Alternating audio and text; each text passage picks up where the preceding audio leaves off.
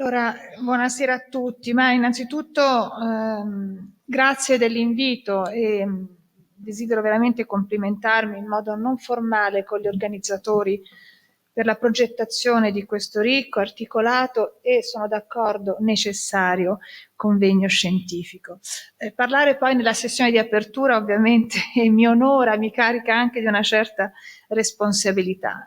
È pleonastico, ma desidero ribadirlo, chiarirlo a scanso di ogni equivoco che le opinioni da me espresse in questa sede sono a titolo personale e non coinvolgono in alcun modo l'autorità di cui faccio parte pro tempore.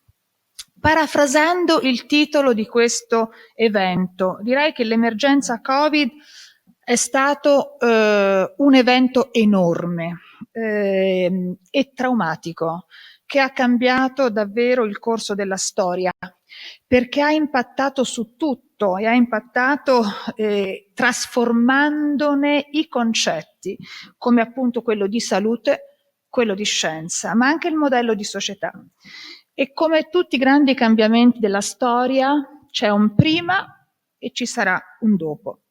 E sono convinta che questa storia, che ha inciso sulla politica, sull'economia, sulla scienza, sui rapporti tra politica e scienza, sul diritto, sui rapporti sociali, dovrà un giorno essere scritta.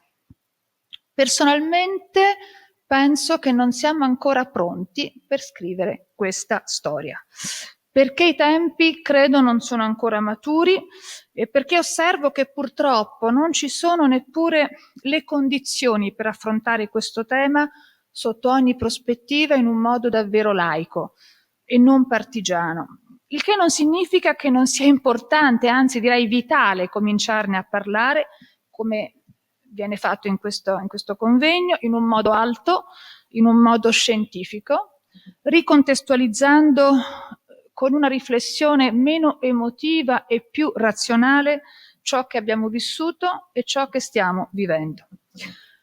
Dalla mia prospettiva, che è quella di un semplice giurista, di un cultore del diritto costituzionale, credo che questa storia dovrà essere un giorno scritta a partire dai manuali di diritto pubblico, fonti del diritto, forma di governo, organi di garanzia, diritti fondamentali, tutto ne è stato condizionato.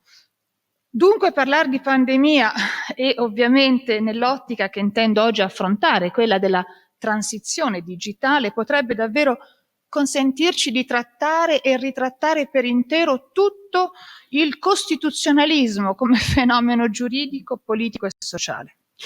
Penso in primo luogo ai diritti fondamentali. Diritti fondamentali che sono stati compressi come mai era successo in 70 anni di storia repubblicana. Misure limitative hanno interessato più o meno l'intera trama dei diritti costituzionali, diritti di libertà, diritti sociali, diritti economici, diritti politici. È stato intaccato il diritto al lavoro, articolo 1 della Costituzione, asse portante della nostra forma di Stato, una supernorma, come l'ebbe a definire un grande costituzionalista, Costantino Mortati. Articolo 1, guardate, non solo criterio interpretativo, ma fondamento di tutta la trama costituzionale, considerato il nesso inscindibile tra lavoro e dignità della persona. La scelta di campo della Costituzione è una scelta netta, non suscita dubbi, no? E implica una gerarchia valoriale che l'interprete, specialmente il legislatore, dovrebbe sempre tenere conto. Ragione per la quale la durezza di alcune misure sanzionatorie nei confronti dei lavoratori esclusi dal lavoro, privati integralmente della retribuzione, cioè della dignità, ci interroga e interroga il giurista sul livello di flessione dei principi costituzionali coinvolti e sull'impatto di queste misure in punto di tenuta e di coesione sociale. Certo, da costituzionalisti è evidente, lo spieghiamo agli studenti, che la salute, che si collega al diritto alla vita è un bene fondamentale da tutelare, per conseguire il quale si possono, anzi si debbono, certamente consentire limitazioni agli altri diritti fondamentali. Le emergenze, come quelle sanitarie, devono poter contemplare deroghe ai diritti, purché non irreversibili e sempre proporzionate. Non devono cioè essere un punto di non ritorno, ma un momento ragionevole in cui modulare in modo prudente il rapporto tra la norma e l'eccezione. La protezione alla salute deve essere sempre coniugata con la piena garanzia di tutti gli altri diritti fondamentali in un contemperamento che sia equo, che sia ragionevole, che sia proporzionato. Affermare la priorità della salute su tutti gli altri beni costituzionali può avere senso, e lo osserva giustamente il collega e amico professor Baldini, può avere senso sul piano etico e della morale individuale, molto meno su quello della dimensione giuridico-costituzionale. E la Corte Costituzionale ce l'ha detto con chiarezza in una famosa sentenza del 2013: non esistono gerarchie di valori costituzionali, ma la tutela dei diritti deve essere sempre sistemica, perché altrimenti un diritto diventerebbe tiranno, e questo non è, diciamo, coerente con quello che è l'impianto della Costituzione. Eppure, richiamando espressamente questi principi di proporzionalità e di ragionevolezza, non sembra, almeno non mi sembra, ma ripeto, è una mia personale opinione, che si sia sempre bilanciato interessi concorrenti. Si è invece legittimato una gerarchia dei diritti, cui la conseguenza diretta è condizionare l'esercizio, il godimento di quelli inferiori rispetto a quelli superiori esplicitamente individuati. Lavoro, istruzione, circolazione, riunione, libera impresa vengono così a essere condizionati al vaglio del rispetto di uno standard sanitario stabilito in via amministrativa in ragione del valore più alto, quello della salute, così come interpretato dalla amministrazione.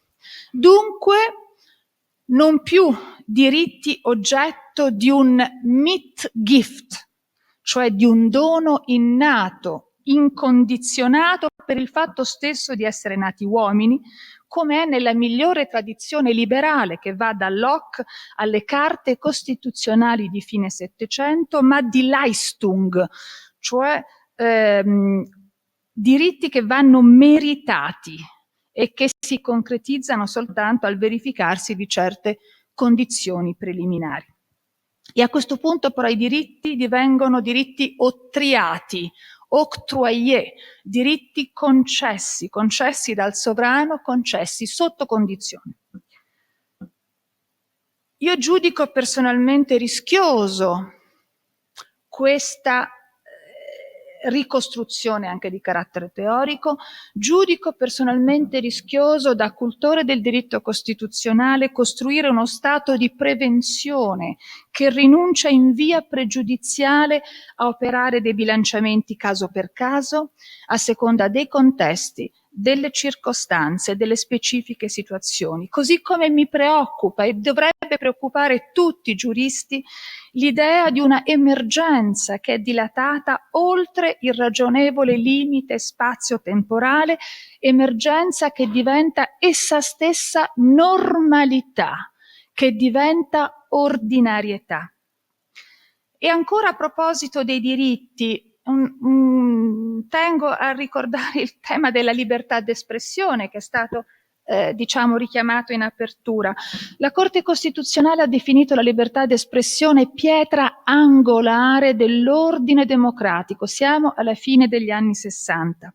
Ecco, io mi chiedo se rispetto ad essa, ed è una riflessione che faccio da molti anni, ben prima dell'avvento della pandemia, mi chiedo se esista ancora il piacere di un confronto dialettico tra posizioni ideologiche divergenti o confliggenti, o se invece dobbiamo considerare obsoleto, moribondo, forse addirittura morto, questo iter interattivo tra principi contrapposti. Un confronto dialettico che ha forgiato la nostra identità culturale, un confronto dialettico che da Socrate a Platone è stato inteso come strumento ineludibile di ricerca della verità. I greci consideravano la dialettica come una vera e propria arte, sostenuta dalla abilità a definire una propria tesi, ad ascoltare la tesi altrui, a convincere l'altro, fino a fare trionfare la propria verità. Nei sistemi democratici la libertà di espressione è collocata alle basi dell'ordito costituzionale, a differenza di ciò che avviene nelle forme di Stato autoritarie o totalitarie. Il nesso tra libertà di espressione e democrazia è strettissimo, tanto che la democraticità di un ordinamento è da intendersi come direttamente proporzionale al grado in cui la libera manifestazione del pensiero viene riconosciuta e concretamente attuata. Libertà del pensiero che, attenzione, è anche libertà di dissenso e di critica. I maestri del diritto costituzionale sui quali ho studiato, su cui tutti noi abbiamo studiato, è che l'articolo 21 della Costituzione, è la ratio del 21 è proprio quella di garantire la libera espressione anche di idee minoritarie o di idee in controtendenza. La ricchezza di una discussione pubblica è tale in quanto può accogliere anche le punte estreme, le quali, se del caso, potranno essere smontate con la capacità persuasiva, con le argomentazioni in grado di mettere in luce aporie e contraddizioni, senza silenziamenti, senza censure. Eppure, per stare a quest'ultimo tema, ma la questione, dicevo, viene da lontano, ad esempio sulle misure sanitarie per contrastare la pandemia, dai protocolli di cura domiciliare alla obbligatorietà diretta o indiretta dei vaccini, anziché un confronto all'interno di una comunità scientifica che si nutre per definizione di dubbio, è sempre suscettibile di progresso, di evoluzione, di cambiamento. Abbiamo assistito ad una scienza che diviene dogma, che diviene verbum, e la medicina che diventa strumento della politica, anzi politica essa stessa. Ma questo è un ossimoro, perché il metodo scientifico non si può conciliare con il dogmatismo, ma al contrario con il pluralismo delle opinioni che diventano ipotesi da studiare e da convalidare. Il cliché è sempre il medesimo, si spenge qualsiasi spunto critico che possa indebolire la tesi dominante con schemi collaudati, con modalità procedurali che sono sempre molto simili: silenziamento, banalizzazione, criminalizzazione, psichiatrizzazione, accuse di incompetenza, sentenze inappellabili di condanna etico-morale. Il tutto si consuma in una brutale e violenta immediatezza che non consente repliche, non consente dialogo, non consente confronto. Eppure non possono esistere, da un punto di vista costituzionale, argomenti sottratti al confronto dialettico. L'isegoria, l'uguaglianza di diritto a prendere la parola pubblicamente e ancor più la parresia, la libertà di dire tutto, talvolta scambiata proprio per la forma di governo ateniese, sono al fondamento della democrazia, da millenni, da Euripide fino a Foucault. La questione allora è molto seria, perché così muore la dialettica e similmente muore il diritto costituzionale alla libertà di espressione, che è prima di tutto libertà del pensare, cioè di sviluppare un ragionamento e un pensiero.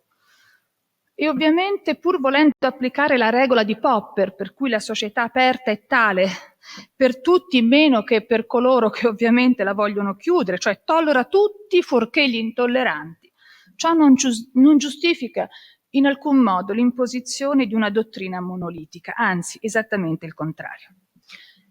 I temi, diciamo, di questa relazione sono temi ad alto tasso di complessità tecnica, problematiche costituzionali sulla digitalizzazione della sanità. Io vorrei, nel tempo che ho, ma naturalmente ne ho già, diciamo, mangiato molto, affrontare brevemente tre grandi argomenti.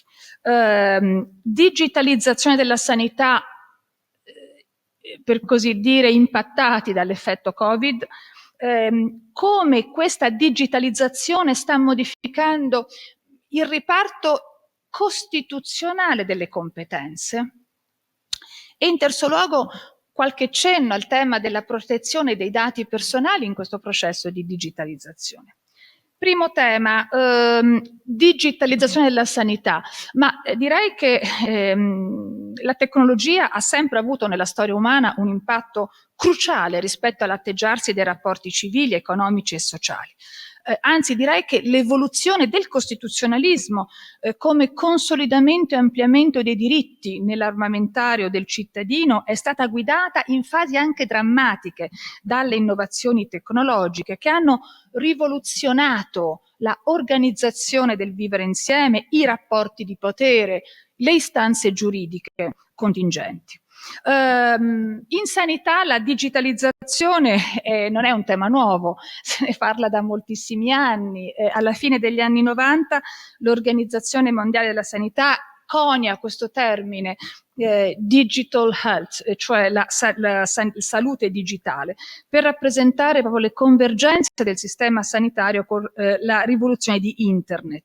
Un termine che ricomprendeva sia la salute digitale, ma cioè l'utilizzo delle tecnologie informatiche e della comunicazione a vantaggio della salute umana per semplicità ICT, quanto i settori emergenti, penso ad esempio all'uso dei big data e all'utilizzo dell'intelligenza artificiale in ambito sanitario. Più di 20 anni dopo, rispetto a quel momento, oggi esistono miliardi di dispositivi che sono connessi alla rete, che hanno la capacità ovviamente di potenziare questa convergenza. Sanità digitale, non c'è bisogno di dirlo, offre soluzioni efficaci per rendere i servizi dedicati più accessibili e inclusivi ed è un passaggio davvero straordinario e comprende moltissime cose, perché comprende telemedicina, la cartella medica elettronica, le prescrizioni online, ma comprende anche soluzioni di telesoccorso, la standardizzazione dei sistemi di software, il digital well-being, cioè tutto l'uso di app e digitali per il benessere, i wearable device, cioè tutti i dispositivi che si possono indossare, la robotica medica, la diagnostica avanzata, le terapie digitali. Ora, in Italia certo il processo di digitalizzazione è aperto da anni, ma deve far fronte a questioni che hanno sicuramente rallentato questa transizione, come il divario generazionale in tema di digitalizzazione della società e dei professionisti e un regionalismo amministrativo che ha direi frammentato il livello di implementazione delle tecnologie, dei dispositivi e delle tecniche di assistenza digitale. Dunque due macro problemi che si pongono come ostacolo a questo principio organizzativo che poi sta alla base della nostra Costituzione, ovvero la universalità delle prestazioni che devono essere rese in condizioni di uguaglianza e devono garantire parità di accesso, uniformità, globalità di intervento. Non c'è bisogno di dire che la pandemia da Covid ha dato uno slancio enorme al settore della sanità digitale a livello internazionale, ha imposto delle modalità nuove di rapporto tra medico e paziente, cioè non più quello vis-à-vis, no? Per l'affluenza di pazienti a rischio. Qui si potrebbero aprire discussioni nelle quali non entro perché non è neanche il mio settore, ma sicuramente con degli effetti paradossali nel rapporto medico-paziente. In Italia, come è successo in tutto il mondo, la pandemia è stato uno straordinario acceleratore della transizione. Penso a tutto ciò che abbiamo vissuto, dall'applicazione dell'app Immuni per il contact tracing iniziale, alla piattaforma informativa per l'attuazione piano strategico vaccini o alla piattaforma nazionale per le certificazioni verdi. A livello centrale questa accelerazione è stata vissuta come una strategia governativa primaria. A livello locale si è scontrata con la realtà di un divario geografico e generazionale davvero drammatici. Cioè, voglio dire che la pandemia da Covid ha fatto emergere le debolezze del nostro sistema sanitario, tutto fuorché incentrato sul paziente, ma che invece ha considerato da sempre l'ospedale e il pronto soccorso come luoghi esclusivi di contatto tra cittadino e sistema sanitario, penalizzando invece la medicina territoriale diffusa e ampliando i divari regionali. E da qui è in questo contesto che nasce la famosa missione 6 del PNRR, con investimenti significativi, oltre 15 miliardi, divisa in due componenti. La prima incentrata sul potenziamento della sanità territoriale, reti di prossimità, strutture intermedie e telemedicina, e la seconda relativa a innovazione, ricerca e digitalizzazione del sistema sanitario nazionale, con obiettivi anche molto sfidanti, no? Come l'ammodernamento delle strutture tecnologiche e la diffusione del fascicolo sanitario elettronico. Secondo punto, come ha impattato questa pandemia sul nostro impianto? Ha impattato in maniera molto forte. Il punto critico è stato il rapporto tra centro e periferia, in particolare alla luce del titolo quinto. La salute è l'ambito in cui il regionalismo ha raggiunto l'espressione più avanzata e al contempo anche più problematica, perché ha chiamato in causa l'applicazione del principio di uguaglianza, che avrebbe reso non più dilazionabile un intervento per colmare divari geografici divenuti non più sostenibili. E non vi è dubbio, e questo lo sto osservando da costituzionalista, ma anche attraverso questa chiave di lettura in questo momento in autorità, non vi è dubbio che la digitalizzazione della sanità indotta dalla pandemia stia determinando una centralizzazione dei processi a livello nazionale. Con la conseguenza che l'amministrazione dello Stato non è più, attenzione, limitata alla individuazione dei livelli essenziali e dei principi generali. Per chi studia diritto costituzionale, il riparto di competenza tra Stato e Regioni è questo. Le Regioni fanno tutto, alle Regioni è stata devoluta tutta la organizzazione sanitaria. Allo Stato resta la definizione, per così dire, dei livelli essenziali delle prestazioni e i principi generali. Non sta avvenendo questo, cioè la pandemia ha capovolto questa tradizionale dicotomia piena di problemi della riforma del titolo quinto e sta determinando una centralizzazione del sistema. Una centralizzazione che sta avvenendo sul piano regolamentare e giustificata appunto dall'emergenza, ma attenzione, talvolta neanche sul piano regolamentare, ma è una centralizzazione che sta avvenendo a livello operativo tecnico, che sta avvenendo, che si sta spingendo fino alla disciplina dei singoli processi che vengono sottratti alla competenza primaria delle regioni. Tutto questo a Costituzione invariata. Ora, io non sono mai stata una grande fautrice del regionalismo in sanità.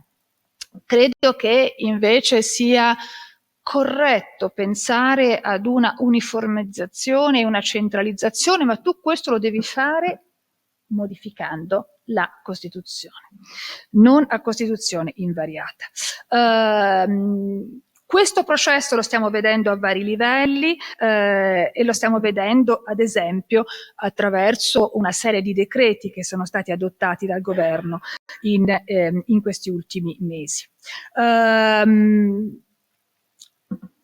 Ovviamente perché si tende a centralizzare? Si tende a centralizzare perché purtroppo i sistemi regionali non dialogano tra loro, talvolta non dialogano neanche i sistemi all'interno di una stessa regione. Si tende a centralizzare perché al fine di garantire omogeneità e uguaglianza dell'offerta sanitaria in tutto il territorio nazionale, c'è necessità di colmare dei divari, delle asimmetrie all'interno delle regioni. Ovviamente abbiamo delle punti di eccellenza e abbiamo delle, diciamo, invece dei casi quasi di inadempienza rispetto alla verifica di adempimento delle singole performance.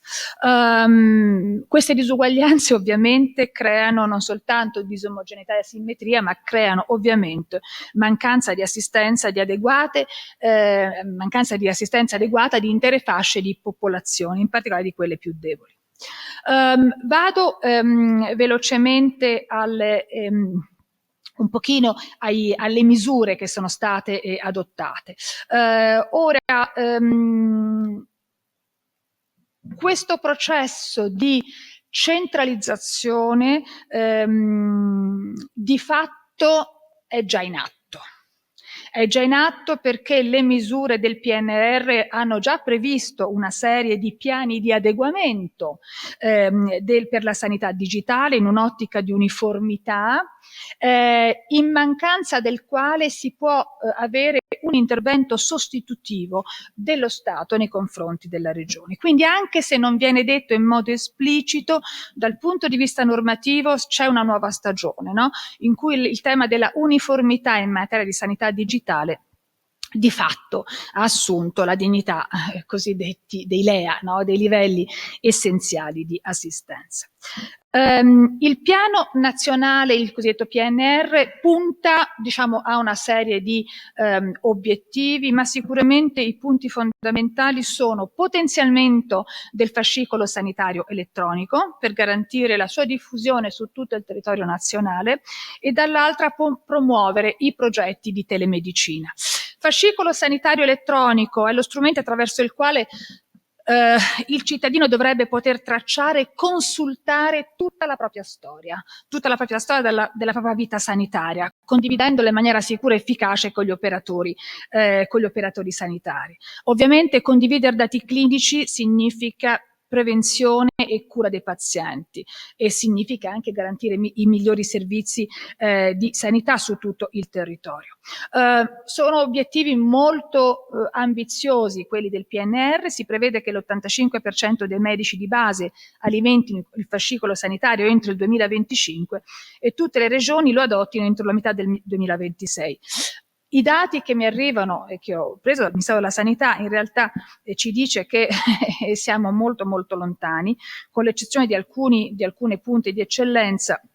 La media dei pazienti che ha prestato il proprio consenso all'alimentazione di questo strumento esoterico che è il fascicolo sanitario elettronico, siamo intorno al 6%, con 10 regioni il cui consenso non è stato prestato da nessun paziente, e quanto ai medici, escluso appunto anche qui alcuni punti di eccellenza, la percentuale di alimentazione del profilo sanitario dei pazienti è 0%, e in 8 regioni nessun medico consulta il fascicolo sanitario elettronico.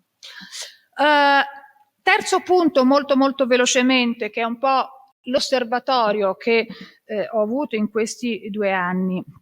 Ma io direi questo, che la pandemia si è connotata fin dall'inizio per essersi scritta in una dimensione digitale, no? Un nemico antico, la paura più arcaica della malattia e della morte che si è affiancata al racconto degli aspetti più futuribili della nostra società.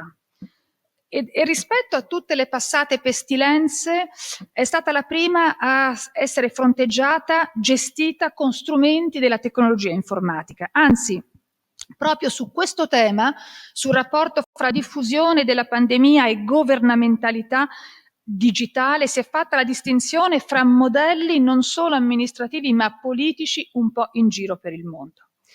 L'autorità garante si è trovata in questi 2 anni ovviamente ad osservare questi fenomeni che più che tecnologici sono sociali, e c'è stato un incremento enorme del lavoro in una condizione di urgenza costante, no? Di emergenza che si è fatta a quotidianità, ed ha richiesto uno sforzo, diciamo, di comprensione di quanto stava accadendo, ed è stato un fronte triplice, perché da un lato l'autorità si è dovuta confrontare con le iniziative private, dapprima sporadiche, un po' improvvisate, no? Che miravano a mantenere la produttività e l'occupazione, in qualche modo la salubrità sui luoghi di lavoro. Vi ricordate il primo lockdown, no? Gli strumenti un po' artigianali con cui gli imprenditori cercavano di far mandare avanti l'azienda. Dall'altro, come autorità abbiamo cercato di confrontarci con gli esecutivi che nel frattempo si sono succeduti, e in qualche modo interloquire su soluzioni tecniche che ogni governo aveva, e ovviamente era diversa rispetto, ognuno rispetto all'altro.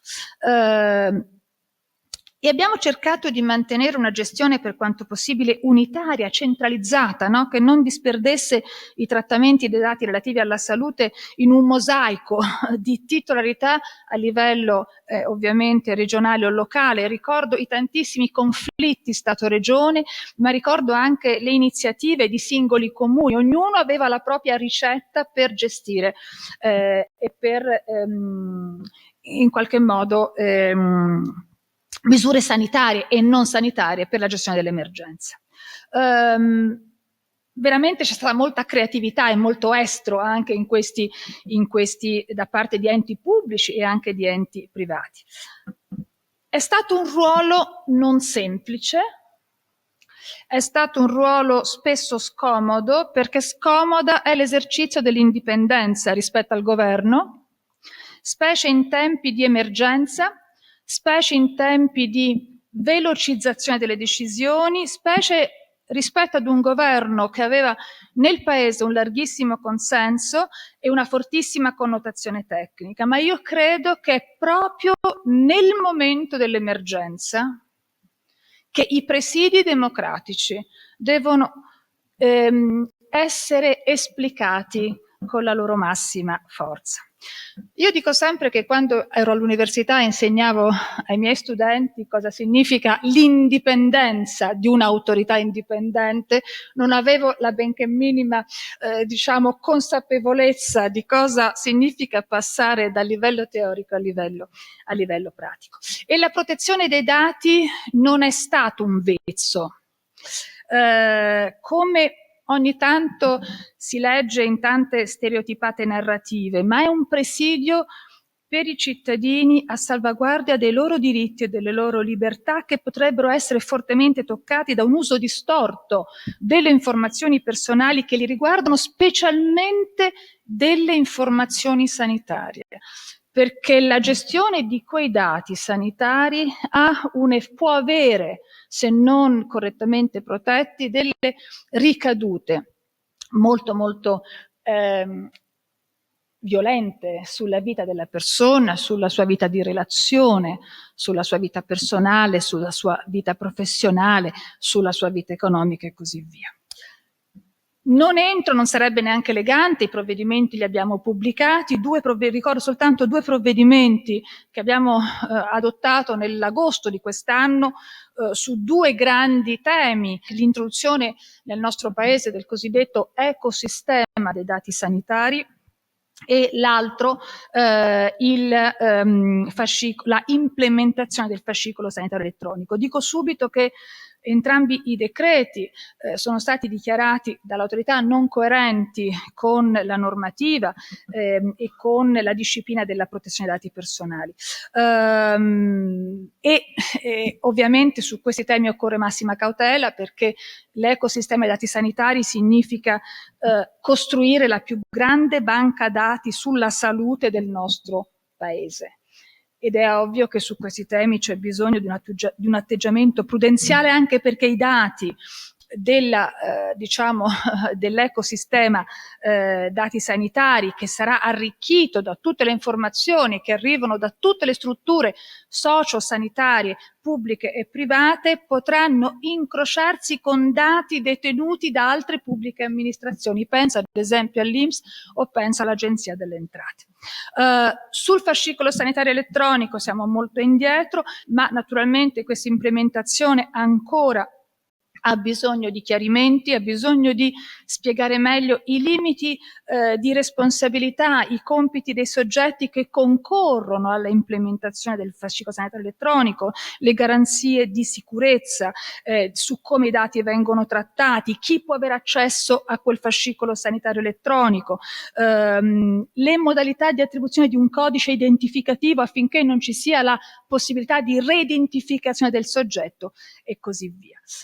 Quindi su questo tema c'è ancora da fare. Non c'è più tempo e quindi salto a piè pari, ma la questione non si gioca soltanto in Italia, si sta giocando in Europa con il cosiddetto European Health Space, cioè uno spazio europeo dei dati sanitari che va nell'ottica della condivisione dei dati a livello europeo, e non c'è bisogno di dire che questo, come è stato messo in evidenza anche dalle autorità di garanzia a livello europeo, ha bisogno di grande prudenza, perché ovviamente si sta parlando di dati sanitari, diciamo, di tutti i cittadini europei. E quindi concludo. Io credo che sulla protezione dei dati sanitari si sta giocando oggi la vera grande partita di questo processo digitale e si sta giocando la tenuta democratica di un ordinamento per l'impatto che il trattamento di questi dati, raccolta, elaborazione, incrocio dei dati, conservazione, riuso dei dati può avere sulla vita delle persone in assenza di cautele non soltanto tecniche ma anche giuridiche e politiche. È ovvio che reperire informazioni sanitarie in tempo reale è certamente un vantaggio nel percorso di cura di un paziente, ma la velocità di acquisizione dell'informazione non deve essere mai realizzata a scapito della correttezza del dato e della certezza sulla integrità del dato stesso. In tempi di medicalizzazione della società pervasiva e diffusa, lo sguardo del medico si allarga a sempre più vasti strati di popolazione, no? Si intreccia in modo inestricabile con la politica e con forme di controllo, in alcuni casi anche di polizia. Penso a modelli che non fanno parte della nostra tradizione, penso al modello cinese. In base alla sua conoscenza dei dati sanitari, la medicina decide politicamente se e come i cittadini possono esercitare le proprie libertà e i propri diritti. E il medico si può trasformare in un organo di potere, no? Per mezzo dei numeri, dei dati, delle statistiche, può esercitare un dominio biopolitico e potendo generare sollievo, conforto, ma talvolta anche ansie e paure. Foucault aveva parlato di somatocrazia, no? Un regime per il quale una delle finalità dell'intervento statale è la cura del corpo, la salute fisica, la relazione tra malattia e salute. E questo potere disciplinare sovrano non è più un potere di morte, è cambiato, è diventato un potere di vita, la cui funzione non è sopprimere, ma al contrario perpetuare incessantemente la vita. L'antico potere di morte cede ad una scrupolosa amministrazione dei corpi e ad una pianificazione della vita.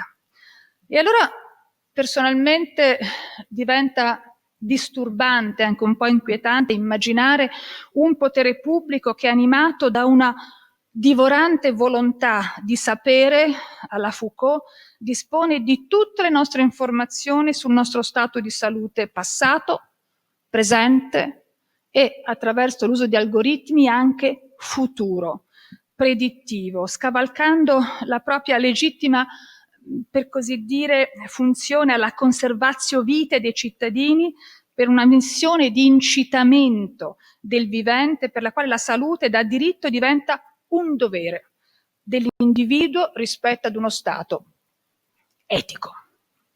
E allora bisogna stare attenti che questa attività di health promotion, cioè promozione della salute dei governi, no? Che sono infiammati da questo nuovo positivismo dei dati, come è stato chiamato da uno scrittore molto letto in questo momento, Byung-Chul Han, non consista poi in un'azione anche di colpevolizzazione, di manifestazione del potere disciplinare divenuto intelligenze grazie proprio ai big data. Io credo che, e qui chiudo, la pandemia sotto il profilo che a me interessa, che è quello giuspolitico, è davvero una straordinaria lente di ingrandimento che ci consente di vedere meglio quello che è in corso da tempo, ovvero una prevalenza del ruolo della tecnica a scapito della politica, l'erosione di un modello di democrazia parlamentare su cui si è costruito negli ultimi secoli l'ordine politico e una grande trasformazione del diritto che penso i filosofi e i sociologi dovrebbero indagare. E allora penso che potrei chiudere scomodando la metafora della gabbia d'acciaio di Max Weber. L'informazione, se non adeguatamente governata, può rappresentare una gabbia che rischia di soffocare il rapporto fra paziente e medico, no? In questa relazione essenziale per ogni progetto di assistenza. Ed ecco perché la digitalizzazione, che sicuramente dobbiamo continuamente perseguire, va governata con prudenza e con cautela, senza mai dimenticare nella valorizzazione di ciò che la tecnologia ci offre, che la finalità della cura è destinata ad un uomo, non dimentichiamolo mai. Grazie a tutti.